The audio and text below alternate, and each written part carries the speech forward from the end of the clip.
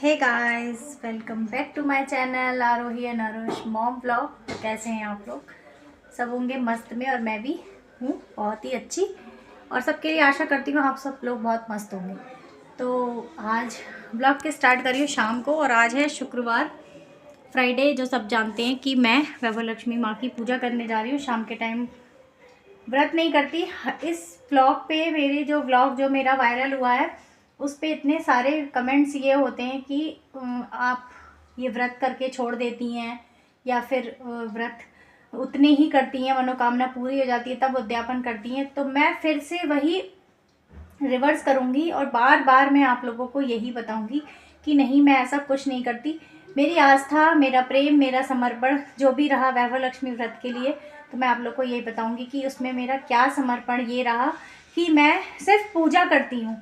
और पूजा, मात्र पूजा करने से ही मुझे ऐसा लगता है कि धन्य धान्य और जो भी कुछ मतलब समृद्धि होती है और जो भी विकास, और ये कह सकते हैं माता रानी की कृपा, माँ लक्ष्मी की कृपा बननी शुरू हो जाती है और बनती ही चली जाती है।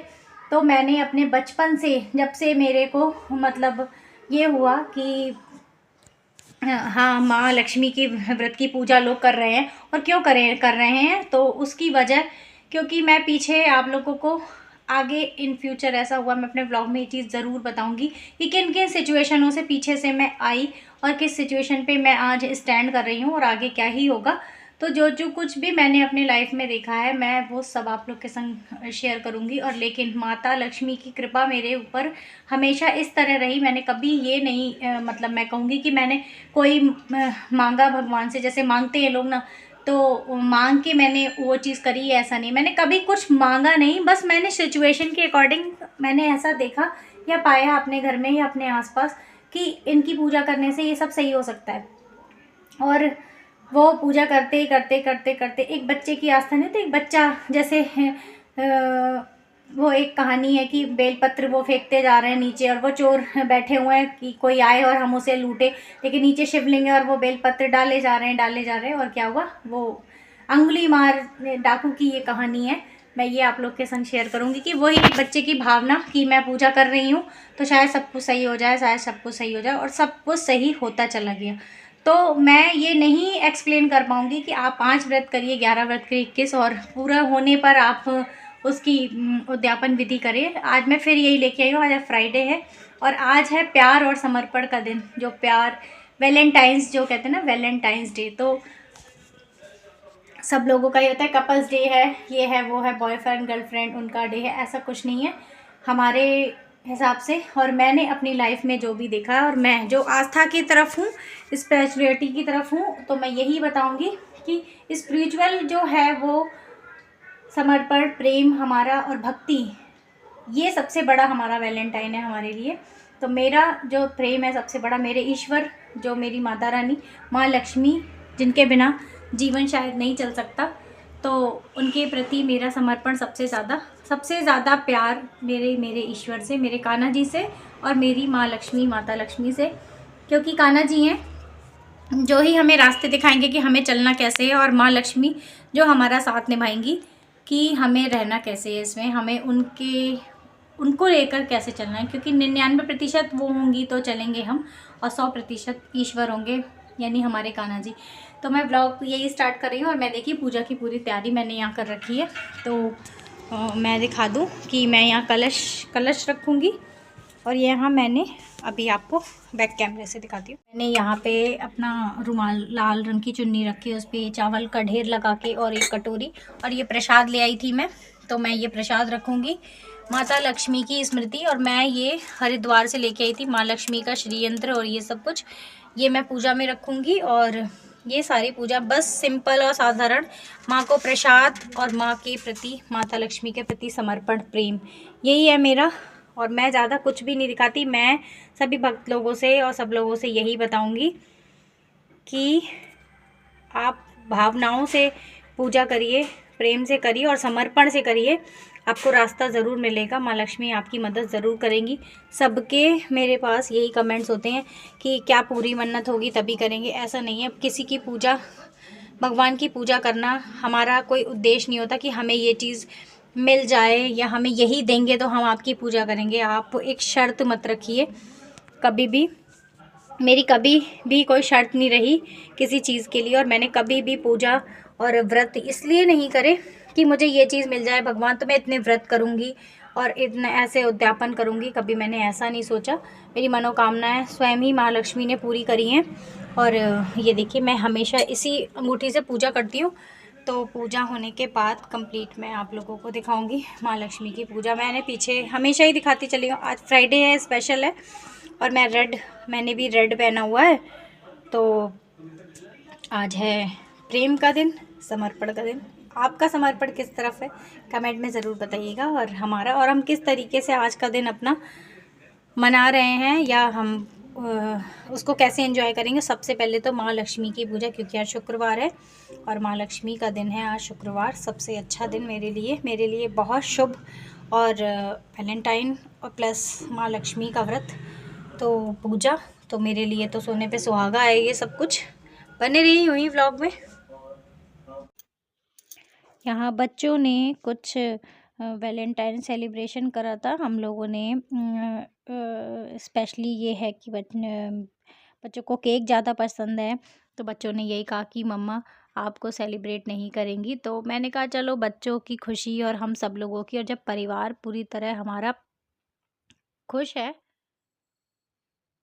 खुशहाली से रह रहा है, तो एक केक तो बनता ही है बच्चों के लिए। तो फिर यहाँ हम लोगों ने रात में, उसके बाद पूजा वूजा होने के बाद, पूजा वगैरह कंप्लीट करने के बाद, मैं आपको बता दूं कि मैं बच्चों की पढ़ाई पर बैठ गई थी। मैं पीछे से बताते चले आ रही हूँ कि इस समय इतना हैक्टिक डेज़ चल रहे हैं हमारे, कि क्योंकि दोनों ही बच्चों के हो रहे हैं एग्ज़ाम्स, तो उनके एग्ज़ाम्स पे प्रिपरेशन पे बहुत ज़्यादा देना है ध्यान, तो मैं उसमें लग जाती हूँ। तो मैं यहाँ कुछ भी सेलिब्रेशन ना दिखा पाई थी। और सेलिब्रेशन क्या, मैंने आपको क्या बताया, प्यार और समर्पण हमारा भगवान और आस्था में होना चाहिए और अपने परिवार के लिए होना चाहिए। तो हमारा हर दिन वैलेंटाइन है, हमारा परिवार हमारे साथ है, तो हमारे लिए वही एक वैलेंटाइन है। तो मैंने यहाँ पे गुल्लू स्कूल जाने वाले थे, ये दूसरे दिन का व्लॉग है, सुबह जस्ट सुबह का, तो सैटरडे का। गुल्लू को यहाँ पे चाहिए था केक, उन्हें उनका फेवरेट है चॉकलेट केक, तो वो बैठ गए थे यहाँ पे चॉकलेट केक खाने। और मैं फ्रेंड्स, ये मैंने एक मंगाया था अमेज़ॉन से, एलेक्सा, आप लोगों ने सुना भी होगा। तो मैंने ये मंगाया था, तो कुछ ख़ास ही इसका मुझे यूज़ नहीं समझ में आ रहा था। मैंने वाईफ़ाई से कनेक्ट करके सॉन्ग्स वगैरह लगाने के लिए, अच्छा है, बहुत अच्छा है। हाँ, फ़ोन से आप कनेक्ट कर दीजिए एलेक्सा और वाईफ़ाई से, और इसका जो साउंड है वो बहुत ज़्यादा अच्छा है। तो मैं इसे यूज़ करके देख रही थी, पीछे भी मैंने यूज़ किया और ये काफ़ी अच्छा है। तो मैं आप लोग के साथ ये शेयर कर रही थी, दिखा रही थी कि ये बहुत अच्छी चीज़ है। आप चाहें तो आप भी मंगा सकते हैं। अब बच्चों के लिए बनाना था मुझे लंच, क्योंकि ब्रेकफास्ट में कुछ चुटपुट ही तैयार हो पाया था आज, तो लंच बनाना है। तो मैं ये थोड़े से बर्तन वगैरह वॉश करने के बाद मैं रेडी करूँगी खाना, यानी दाल और चावल बच्चों को दोपहर के लिए। तो ये वॉशिंग के बाद मैं दाल चावल रेडी कर दूँगी। और मैं बता दूँ गाइस कि व्लॉग में मैं आप लोगों को आज यही बताऊँगी कि देखिए, हमारी सबसे बड़ी पूंजी क्या है, हमारी सबसे बड़ी पूंजी क्या होगी, मेरे हिसाब से जो होगा मैं आज आप लोग के साथ शेयर करूँगी। एक माँ के लिए सबसे बड़ी पूंजी होती है उसके बच्चों का भविष्य। और भविष्य भी मैं आपको ये बताना चाहूँगी कि आप अपने बच्चे को इतना डिपेंड वाला बनाएं, वो अपने ऊपर खुद से इतना डिपेंड हो जाए, अपने ऊपर, किसी के ऊपर ना हो, आपके भी ऊपर ना हो, और इतना काबिल और लायक बन जाए। तो एक माँ बाप के लिए इससे बड़ी पूंजी शायद कुछ भी नहीं होगी। और आप इसको प्रैक्टिकली सोच कर भी देखिए कि आप कितनी भी उसके लिए जतन करके जाएंगे, रख के जाएंगे, कुछ चीज़ें बना के जाएंगे, जैसे कि घर हो गया, मकान हो गया, या कुछ भी हो गया, पर वो खुद में सक्षम नहीं होगा। कभी पीछे मुड़ के सोचिए, अगर आप नहीं होंगे तो वो क्या उस लाइफ स्टाइल को जी पाएगा जो वो आपके सामने आपके साथ जी रहा है। अगर आपका बच्चा उस लाइफ स्टाइल को आपके बगैर भी जी सकता है, तो आप एक कामयाब माँ बाप हैं। तो मैं आपको यही बताऊंगी कि माँ बाप के लिए सबसे बड़ी पूंजी वही होती है जब आपका बच्चा आपकी गैर हाजिरी में या फिर आपके ना होने पर वो वही लाइफ स्टाइल जी पाए या जीवन को अपने वैसा बना पाए जैसा आप चाहते हैं, जैसा आप सुख सुविधा उसे खुद से देते हैं। वो अगर स्वयं अपने आप वह जीवन जी रहा है तो आपकी इससे बड़ी पूंजी कुछ नहीं है, और आपका जीवन तभी सफल है जब वो आपके बिना भी अपने इस जीवन को सरवाइव कर पाए, अकेले, बिल्कुल अपने पैरों पर खड़े होकर। ये नहीं आप उसके लिए कुछ करके गए हैं, रख के गए हैं, उसके ज़रिए से नहीं। मेरे कहने का यही मतलब है यहाँ पे कि आप अपने बच्चे को उतना सक्षम बनाएं, उतना काबिल बनाएं कि वो आपके बिना सहारे वो इस जीवन को, यहाँ के लाइफ स्टाइल को सरवाइव कर पाए और अपने जीवन को सुखमय बना पाए। तो मैं यही बताऊंगी, और एक माँ का कर्तव्य वहीं पूरा होता है अगर आपका बच्चा स्वयं से कुछ कर पाए। एक माँ का पालन पोषण वहीं अच्छा कहा जाता है जब आपका बच्चा अपने पैरों पे खुद खड़ा हो पाए, तो माँ का जीवन सफल माना जाता है। चाहे मैं अपनी खुद की यहाँ पे क्यों ना बात करूँ, अगर मेरे बच्चे मेरे ऊपर मेरी उंगली को हमेशा ऐसे थामे रहेंगे, मेरे हाथ को हमेशा यूं ही पकड़े रहेंगे, तो शायद मेरा जीवन भी सफल नहीं कहा जाएगा। एक बच्चे के अंदर अगर कोई कमियां निकलती हैं तो पहली उंगली माँ के ऊपर उठती है, यानी माँ की परवरिश, माँ के पालन पोषण, हर चीज़ पे उंगली उठती है। तो आपका जीवन, एक माँ का जीवन तभी सफल होगा जब आपका बच्चा एक अच्छे संस्कारों वाला होगा और एक अच्छा इंसान बनेगा, स्वयं के पैरों पर खड़ा होगा, स्वयं के लिए सब कुछ कर पाएगा जो आप उसके लिए करते थे या करने के लिए सोचते हैं। तो मैं सबको यही बताना चाहूँगी और यही कहना चाहूँगी कि दुनिया में माँ बाप के लिए इससे बड़ी पूंजी कुछ भी नहीं हो सकती अगर आपका बच्चा लायक बन जाए तो। घर, मकान और कुछ भी प्रॉपर्टी एक्स वाई जेड, पैसा, रुपया, कुछ भी, कोई भी पूंजी बड़ी पूंजी नहीं होती अगर आपका बच्चा स्वयं से अपने पैरों पे नहीं खड़ा है। आप उसे बार बार खड़ा करने की कोशिश कर रहे हैं, हर उम्र पर उसके साथ खड़े हैं, हर उम्र पर उसे कंधा देने का सहारा दे रहे हैं, तो आप एक अच्छे माता पिता नहीं हैं। मेरे हिसाब से मैं व्लॉग में सबको यही बताऊंगी। तो मेरी हमेशा यही चाहत रहती है, मेरे बच्चे अभी बहुत छोटे हैं लेकिन मैं यही चाहूँगी कि आगे जाकर उनको मेरे सहारे की कोई भी ज़रूरत ना पड़े। मैं इसीलिए अपने बच्चों की पढ़ाई पे, हर चीज़ पे ध्यान देती रहती हूँ, उनको अब भी सहारा देने की कोशिश करती हूँ, क्योंकि वो एक छोटा पौधा है और उस पौधे को मैं अब सहारा दे दूँगी तो वो एक विशाल वृक्ष तभी बनेगा जब मैं उसे अच्छा सहारा दे पाऊँगी। तो मैं यही चाहती हूँ गाइज़, और यही बताना चाहती हूँ व्लॉग के ज़रिए से कि आपका कर्तव्य या आपका किया हुआ जब भी सफल होगा। आपका जीवन, स्वयं का जीवन, माता पिता का जीवन तभी सफल माना जाता है जब आपका बच्चा आपके अपने खुद के पैरों पर निश्चिंत रूप से खड़ा हो जाए, स्वयं के लिए वो सब कुछ कर पाए। और सबसे पहली बात मैं व्लॉग में यही बताऊंगी कि लड़के को और लड़की को, दोनों को ही आप पढ़ाएं। लड़के को ही नहीं, लड़की को भी आप पढ़ाएं, उसको सक्षम बनाएं, उसको अपने पैरों पे खड़ा करें। तो आप एक अच्छा समाज का निर्माण करेंगे। अगर बेटी भी सशक्त रूप से अपने पैरों पर खड़ी रहेगी समाज में, तो वो एक खुद अच्छे समाज का निर्माण करेगी। तो कहीं ना कहीं मैंने ये देखा है कि बेटी को ऐसा शिक्षा ना देकर, बेटे को ऐसी शिक्षा देनी है, बेटी को नहीं देनी है, ऐसा बिल्कुल भी नहीं सोचना है, बिल्कुल भी दो राय, दो मत नहीं रखने हैं।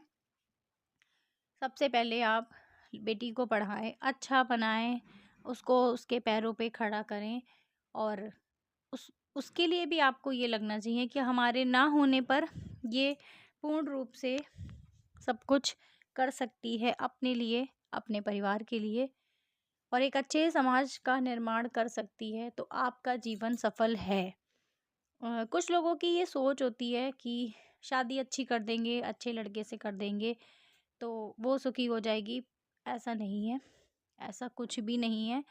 अगर आप उसको शिक्षा नहीं देंगे, अच्छी शिक्षा की तरफ अग्रसर नहीं करेंगे, तो वो नहीं एक अच्छे समाज का निर्माण नहीं कर पाएगी।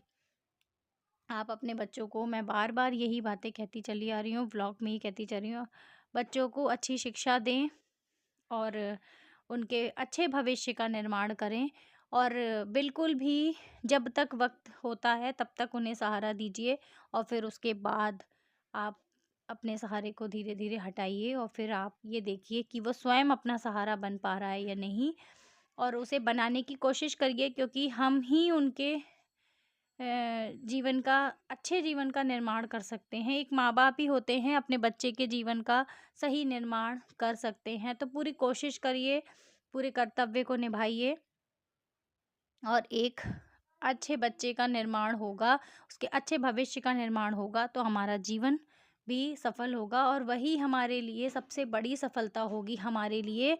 हम इससे बड़ी सफलता हमारे लिए हो ही नहीं सकती। अगर हमारे बच्चा स्वयं के पैरों पे खड़ा है, हमारे बिना भी वो अपने जीवन को अच्छी तरह जी सकता है, तो हमारे लिए वही सफलता है। हमारा जीवन माता-पिता का पूर्ण रूप से कर्तव्य वहीं पूरा होगा कि वो बच्चा स्वयं ये सब कर सकता है। व्लॉग में मैं सबको यही बताऊँगी और यही बताती चली आ रही हूँ। बच्चा छोटा-सा पौधा है, उसको नहीं मालूम है, उसको दिशा निर्देश आप नहीं करेंगे, तो वो कैसे ही सीख पाएगा। इसलिए अपने बच्चे की दिशा निर्देश सही करिए, उसको सही दिशाएँ दिखाइए, किस तरफ जाना है, किस तरफ नहीं। कभी-कभी बच्चा भी उसमें सहयोग करता है कि ये गलत है, मैं ऐसा करूँ, तो उसको समझने की कोशिश करिए। मित्र भाव रखिए अपने बच्चे के संग, मित्रता रखिए पूरी तरीके से। जब वो उस उम्र पर आ जाए, जब आपको लगे कि हम उसके संग एक मित्र बनकर रहें, तो आप उसके भविष्य का निर्माण अच्छा कर सकते हैं। और मैं आप लोग को बता दूँ कि व्लॉग में मेरे आज व्लॉग में मुझे यही दिखाने का और यही बताने की मेरी बात थी। व्लॉग में मुझे यही बात रखनी थी कि एक अच्छे माँ-बाप का कर्तव्य यही होता है कि अपने बच्चे का भविष्य अच्छा बनाएँ और अगर बच्चे का भविष्य अच्छा बन गया और आपके बच्चे लायक हैं, तो आपका भविष्य और आपका जीवन सफल है। आप पूर्ण रूप से अच्छे माता-पिता हैं, तो मैं हमेशा अपने बच्चों को खुद से स्वयं से उनके भविष्य निर्माण में लगी रहती हूँ और एक अच्छे भविष्य की कामना करती हूँ। गाइस, और इस ब्लॉग में आप लोगों को क्या अच्छा लगा, लाइक ज़रूर करिएगा, शेयर कीजिएगा और कमेंट बॉक्स में आप लोग अपने मत बताइएगा मुझे कि क्या मैं ऐसा सोचती हूँ तो मेरी राय सही है, मेरा सोचना सही है या गलत। तो कमेंट बॉक्स में ज़रूर लिखिएगा और न्यू है तो सब्सक्राइब करिएगा और अच्छे माँ-बाप का क्या कर्तव्य होता है, कुछ आप लोग भी मुझे बताइएगा कि माँ-बाप को क्या-क्या कर्तव्य अपने बच्चों के लिए निभाने चाहिए। मेरा जो मत था मैंने आप लोग को बताया और मैं यहीं अपनी बात ख़त्म करना चाहूँगी और नेक्स्ट व्लॉग में मिलूँगी आप लोगों से। Till then bye bye and Radhe Radhe दोस्तों।